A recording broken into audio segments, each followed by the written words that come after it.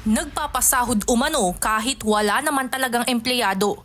Yan ang alegasyon ni San Pablo, Laguna City Mayor Arcadio Gapangada Jr. nang sampahan ng iba't ibang reklamo ang mismong Vice Mayor ng lungsod na si Justin Culago sa Office of the Ombudsman kahapon.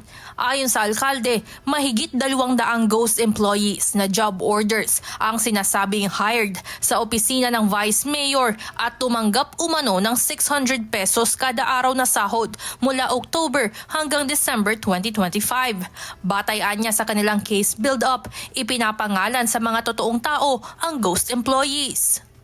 Pagkat napakarami pong naping mga taga-lungsod ng San Pablo sa pagkakaroon po ng pagiging ghost employees na hindi nila alam na sila po pala ay multo. Napag-alaman umano na ilan sa mga ito ay nakatira na sa ibang bansa, habang ang iba ay hindi naman nakarehistro sa kanilang lungsod kundi taga-ibang lugar o probinsya. Hindi rin nagtutugma ang daily time records, personal data sheets at pirma ng mga umano'y ghost employees ni Vice Mayor. Lumalabas po yung records na may tumanggap ng pera na when you interview the people involved ay hindi po sila ang tumanggap. At sila po handang magbigay ng mga susumpaang salaysay to prove na sila po, na sila hindi talaga, hindi po sila tumanggap na manapay lumalabas na ninakaw ang kanilang pagkatao po.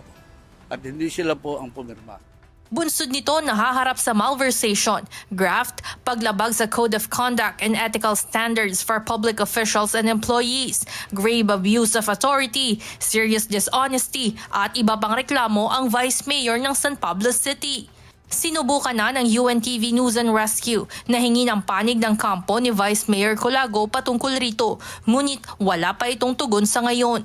Samantala, dadaan naman ang reklamo ng alkalde sa evaluation process ng Office of the Ombudsman. Evan Alvarez, UNTV News and Rescue.